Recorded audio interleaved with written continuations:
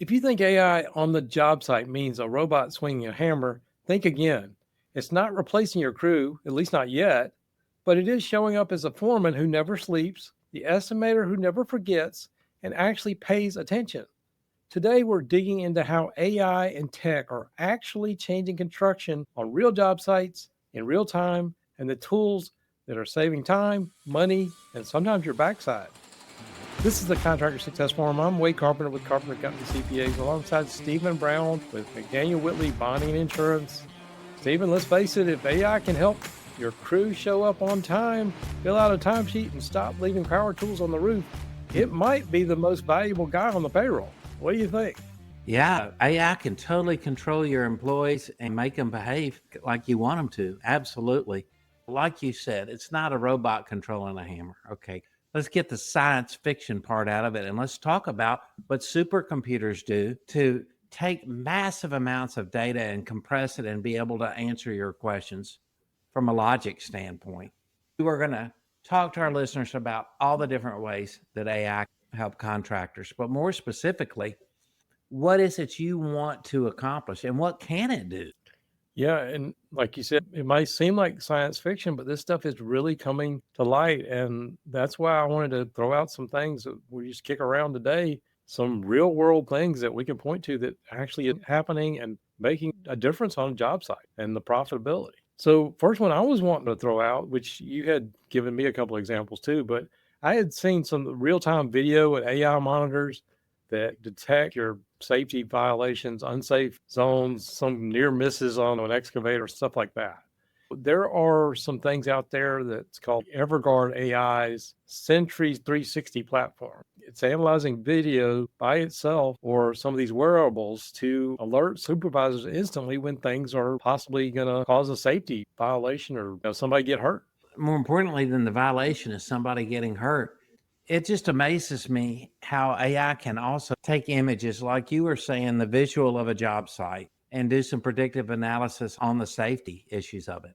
And also for equipment maintenance, which is the smallest thing. What is the downside? Why wouldn't you do it? You sent me an outline that kind of showed you the pros and cons of implementing this AI in different situations for contractors.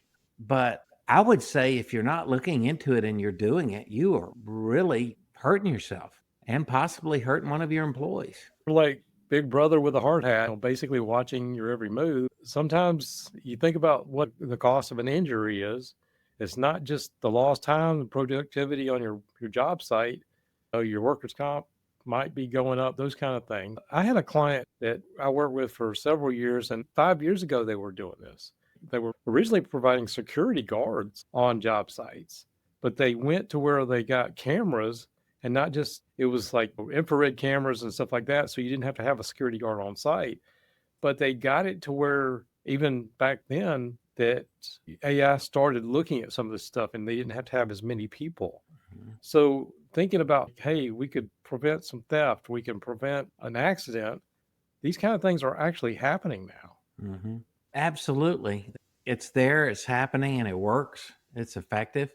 But Wade, what do you think our listeners need to know about AI platforms, different operating platforms? Well, there's a bunch of different operating platforms, and a lot of them, may need to be built specifically for this particular purpose. But this may be a question for you. This one I was particularly looking at that I just mentioned, they were saying in their materials, it says they can cut insurance costs.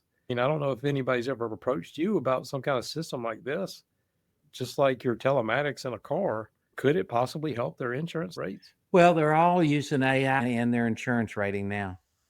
I think of predictively, what would tell you that a driver is not a good driver? Your MVR, your past driving record, tells you a lot. And also the telematics that you put literally on the dashboard of your vehicle that the employee is driving, that's giving real-time data about the speed, how they drive, whether they're erratic, their attention span. All these kind of build into a predictive analysis in real time. You're going to see insurance companies down the road that are going to be able to take drivers based on their real-time driving habits instead of saying, well, they're too young, they've got a couple of speeding tickets on their MVR, we're not going to write it. They'll predictively be able to analyze that driver and decide on whether they're going to take the risk or not. What concerns me is if the insurance company starts saying, we're seeing some habits we don't like, we're not insuring that driver anymore in real time. That's scary to me because you buy a policy for a year and it should cover you and the drivers that the underwriter has agreed to cover for that year. So, yeah, that comes up a lot. No, another thing to me, Wade, is so fascinating about AI is as a bond agent, I get so many documents. Instead of just getting a bid bond request and a copy of the bid bond, I just get a link to the specs. So not only do you have to figure out what the liquidated damages are, and you have to let the bond underwriter know about what size price range is this project. A lot of times that's all you have to go on. And we have to take all that data and analyze it. And using AI now, all the surety companies, I use it all the time to quickly scan legal documents and look for language in there that my customer needs to be aware of before they sign it.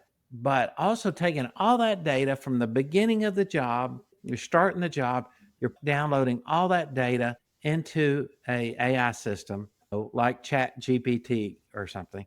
And then you're able to access information from that data. Every contract you do, for example, you're out on a project and there's a problem occurring, and you can literally get on your cell phone and ask AI, who is the subcontractor that did the so and so work at this particular project? And what's their contact information?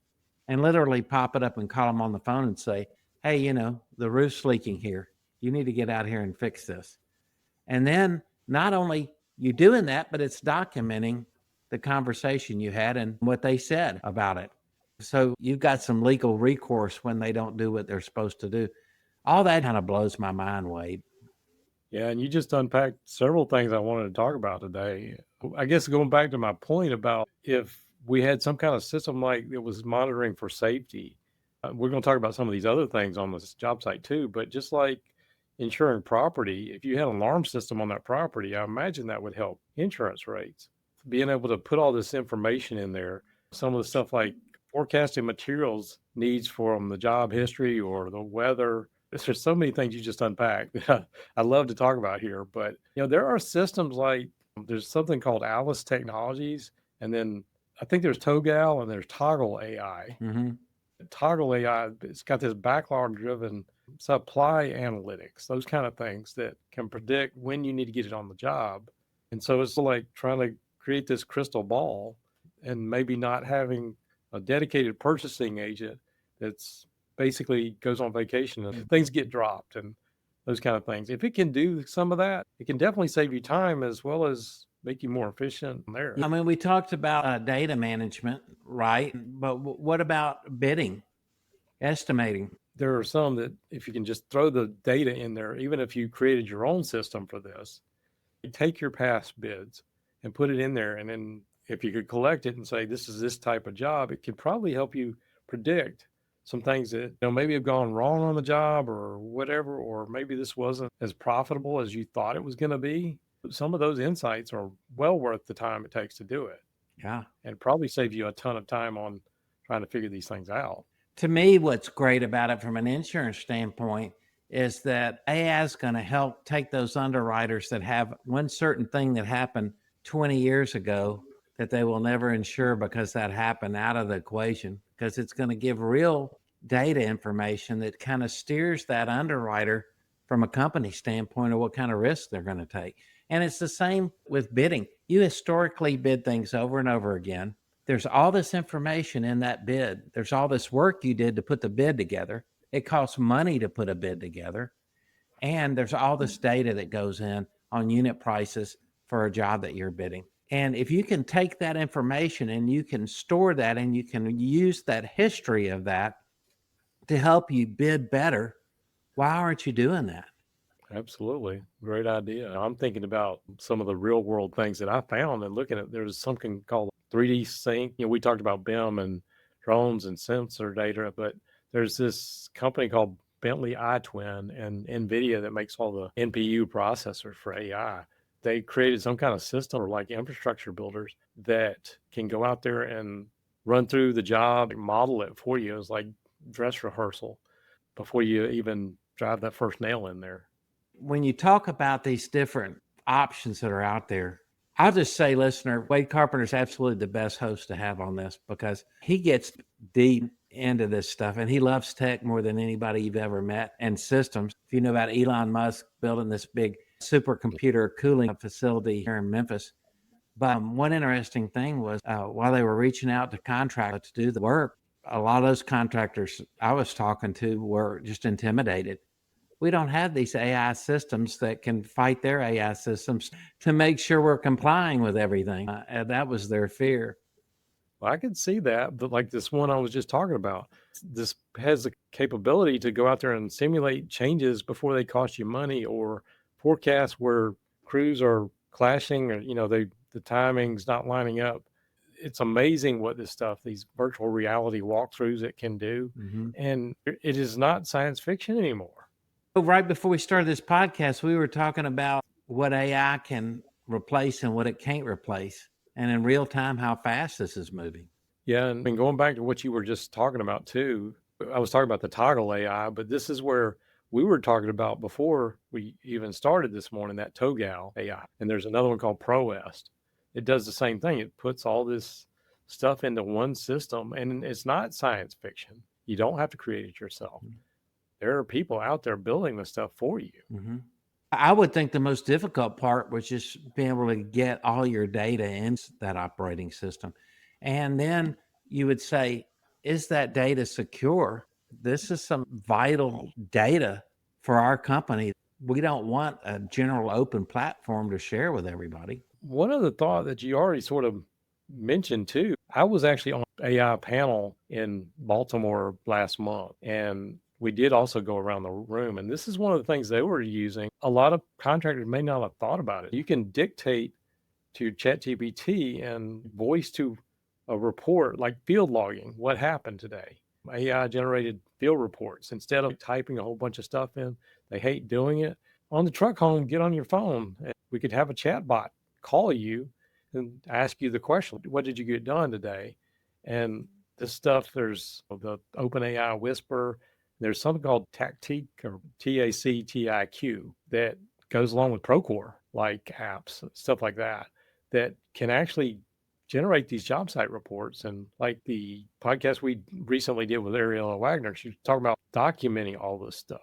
This is a great way, just talking and write me a report. This is the things I want you to do every day. And whether you even pay for one of these things or just use ChatGPT, it's not hard to spin up a custom GPT that says, this is the format of report. These are the things I want to tell you every day. When I think about the most important tool of a project manager and estimator, you're going to be able to access all of this from your cell phone on the job. Yeah, that's something we learned a long time ago, trying to get cost data out of our clients. And if they're on a job, project manager, we get it on their cell phone. We have a lot better results than trying to wait until they go home and they're tired and they don't want to mess with stuff like that. If they could document this stuff in the field, it saves a lot of this administrative time. Maybe you got somebody in your office that's trying to chase somebody down and has to do that every week. It reduces a lot of errors and eliminates bad handwriting from other things. Mm-hmm. So if you could put all this in there and has it all written up, typed up, and so maybe the owner has all these project managers trying to keep up, they can actually be getting some kind of updates in real time, what's going on with the job. Absolutely. So you got communication about the flow of the work. You got the ability to ask important questions that you need to answer to quickly. And you have the ability to dictate in the phone real questions or problems that came up while you're thinking about them instead of when you get home at night and you're exhausted. And same thing, that's why I'm trying to get receipts and stuff. I could talk on and on about how to make the phone a lot more friendly to getting the information you need. But one of these things that you had brought up already in here, and as well as I know we were talking before, is the predictive maintenance on machinery or some of these sensors, whether predictive maintenance or you see some of the whole gauge is starting to, and maybe that operator didn't care, didn't point it out. You don't want to ruin an excavator because somebody didn't pay attention. These sensors can actually be installed. There's a one called Strux Hub, which I think is Caterpillar's system. It's some kind of predictive system that they can actually install. And as much as it can cost to fix a lot of those things, If you can fix it before it's broken, it's just a whole lot cheaper that way. Isn't that the And it truth? doesn't leave you stranded. It's amazing. How's it going to predict something that nobody knows? Believe me, it's based on an immense amount of historical data on that particular make and model of equipment that you have. I had a customer that puts some tracking information on their equipment, and generally that's done if it's stolen. You can find it, and there's an art form to hiding those sensors where thieves can't find them. But in this situation, one of the subs went back on the job site and was using that forklift and the scissor lift in the middle of the night to try to get caught up on some stuff. And they were immediately able to go out there and deal with that situation. Another situation where one of the owners said, my excavator is heading down the road at 60 miles an hour. It's on the back of a flatbed truck. It's being stolen. And get the information that they arrested them. Yeah. And again, that's some of that GPS technology makes a lot of sense. But in this case, when we're talking about putting some kind of sensor on there to predict some of this, it's like your excavator whispering to you, like, fix me before I puke oil all over your brand new poured slab. Yeah, look at your car. These warning lights drive you absolutely insane. And you don't know which ones are important or which ones to disregard. You know, the old days, the light wouldn't go off, so you just put a piece of electrical tape over your dashboard. Yeah. I found another one that was, I already talked about that Alice AI. There's another one called In-Plan, dynamic AI scheduling, responding to weather delays, those things like the crew pace. What it's doing is allowing you to take that Gantt chart you learn and basically have AI do it for you and shift all that stuff and taking a lot less of your project manager time. Wow. Yeah. So it's kind of like Tetris for your timeline. You stop, fill gaps, Yeah. I mean, really, it's just there's estimating, bidding, there's a legal aspect, there's your equipment, there's your safety. It just doesn't end, does it? And a lot of these platforms that are good, I've noticed that they just get better because they're a platform that specializes in that platform. Kind of creepy, but wonderful. I can't say I've really tested any of these things, so I can't vouch for them. These are the ones I came across. What I hope our contractors are gathering is that these things are out there. Maybe they're in their infancy, but with ChatGPT, we've come a long way in 2 years. As they said it all along, this is the worst it's going to be because it keeps getting better and better. Yeah. Exponential rate. But in this particular case, if we can keep our crews active, reduce the idle payroll, boost our predictability on our jobs, I think that goes a long way to being a lot more profitable. You're going to want to go with an established platform because also you're going to want to know what kind of agreement you're signing with them. Who does your data belong to? And what kind of safety procedures do they have in place to protect your data before you do business with them? Yeah. There were some other ones. This one's sort of the same kind of concept. It's like predict not just when you need crews or materials on the job, but labor forecasting, matching. There's a couple of ones. It's called Bridget Bench and something called Smart Barrel. And again, it helps you think ahead. You're going to need 3 framers in week 9. So it's basically trying to match up people. I mean, it's kind of like Tinder for trades. They'll match you before you swipe the wrong way. So. But it cuts a lot of scrambling and wage inflation and some of the things that we see on the job. They're not profitable. Sometimes we stay out on those jobs too long. And if we could eliminate any of those factors, I think goes a long way. Yeah. That's great. Great stuff, Wade. You already said this, talking about uploading contracts and flagging risk. And there are some systems that you could build your own. There's custom GPTs, but there's ones that I found was like Luminance and Kira systems, KIRA systems. But these are some real technology right there that deciphers all this legal gobbledygook. Basically this indemnity clause will cost you a kidney. I don't know. You shouldn't be replacing a lawyer. I would say that all the time, but it is that lawyer that doesn't charge you by the hour and talk straight. I would say get some legal interpretation, but it's a good first step. Something that like, hey, this is, I've done this myself. It's like throw the terms of service, like act as my lawyer and protect me and say, what are the things I should be looking out for? And it's not a construction contract. I do that on like software subscription. What am I signing up for? Well, I mean, you're dealing with people and AI can't do that for you. But look at the common sense of doing business versus what you can use computers to assist you with. That's going to be debated forever, isn't it? I was just thinking, what if you had the entire contract with all the terms and conditions, with the laws in the states you were operating, and you decided to stop work on a project because the contract that you signed, they weren't complying with what they agreed to do, and you're tired of it. So you just ask AI, what are the repercussions on this job if I just quit the project? And it'll just give you a bunch of things to think about before you call your attorney and get their advice on it. Because I always say, if you've got a really good construction attorney, they're making you money. And you say, well, they're so expensive. A good construction attorney is making you money. And so you want to use AI to help you get the facts to them quickly, and you can see what you think your options are and ask them about it. And they'll tell you exactly what AI forgot and what you may not have been thinking about from the law and from a human standpoint, and hopefully knowing the players involved. Lawyers may hate this, but you run it through there and maybe draft a first draft of it.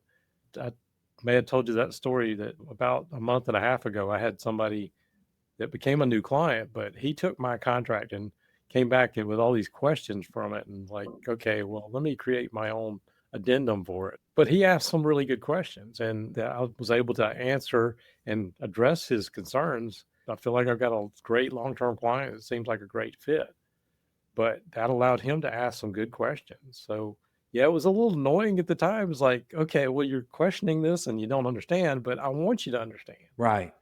So I guess I'm going off on a No, tangent the here. best professionals want you to understand what you need to know. Best professionals aren't intimidated by you having knowledge. The best professionals have experience. The next one I had was they all sort of like fit together in pieces, but we talked about those BIM systems and stuff like that. But there are these drone and plus LiDAR with, and plus the AI surveying a job site, checking the grade. We talked about a couple of times that putting it on an excavator and reducing the time it costs to grade something out. There's something called built robotics. Again, these are just survey drones, those kind of things. These things are out there right now. And again, not advocating any of them in particular. It's just maybe you should go out there and explore some of these things if it's one of those pain points that could save you a lot of money. Absolutely. If you weren't out there with a tripod and a chalk line and just flying the drone to get your site plan in several minutes, it'd probably be well worth it. And just the photographic real-time images that you get from that drone from above, amazing. They say a picture's worth 1,000 words. What's a drone image worth? That sort of leads into the next one I had, not just drones, but photo-based change order detection. And this AI can compare job site photos or scans to flag like deviation. Okay, this wall is in the wrong place. And the sooner you fix those things, the less it's going to cost you to fix them. Mm-hmm.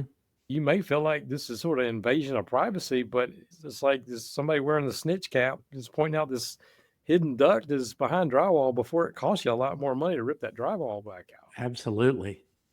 But if it is out there and, or you're the owner or whatever, and you're paying attention to this stuff, or AI is paying attention for you, and you're doing stuff, or your crew's doing stuff on the job, it can catch some of that scope creep instantly. Mm-hmm. Okay, we're doing this, but that wasn't really in the specs. If you wanted that, maybe we should talk about a change order. If we could boost these change order capture, help with audits, help with protecting yourself. If you ever get into disputes, any of this documentation, I think 3-4 years ago, we had Chad Gill on here talking about taking pictures of these kind of things, but we didn't have all the AI stuff back then. That's right. It was a brilliant idea, and it still is. The last thing that we need to talk about is the procurement aspects of it. Tracking materials, supplies, and orders. Also, how much you're ordering and you're billing. Use AI to track that for you. AI can compare vendor pricing, surges in pricing. We've already got some things in place that manually people used to have to do. Mm-hmm. We put in place with our systems here, working with payables and purchase orders, but it used to be a manual process for somebody to, and it still is for most contractors, honestly. You had a purchase order out there for X amount, and then the bill that you get from that vendor, it's marked up $10 a yard or a cubic yard higher, whatever it is. But some of The real ones I found in this area, something called Bizarre Voice and something called Procurify, integrates with several of these systems. Bizarre Voice sounds cooler than Procurify, and it sounds kind of geeky, but it's very accurate at describing what they're doing.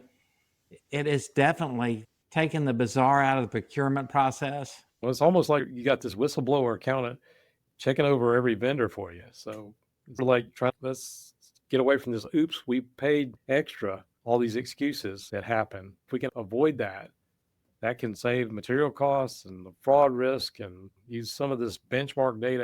It's amazing what these kind of things can do now. Absolutely. And I wasn't dissing Procurify. I was just saying you named two.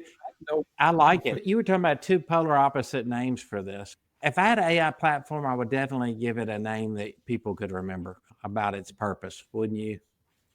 I'd probably have AI come up with a name. Okay.